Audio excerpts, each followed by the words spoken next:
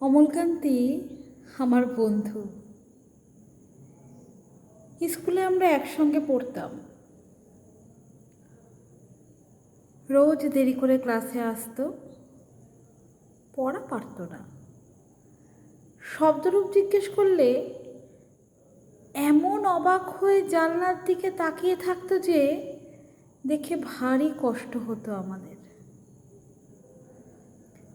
আমরা কেউ মাস্টার হতে চেয়েছিলাম, কেউ ডাক্তার, কেউ উকিল। অমলকান্তি সেসব কিছু চায়নি। সে রোদ্দুর হতে চেয়েছিল। ক্ষান্ত বর্ষণ, কাকডাকা বিকেলের সেই লাজুক রোদ্দুর, জাম আর জামরুলের পাতায় যা নাকি অল্প একটু হাসির মতন লেগে থাকে। আমরা কেউ মাস্টার হয়েছি, কেউ ডাক্তার, কেউ উকিল।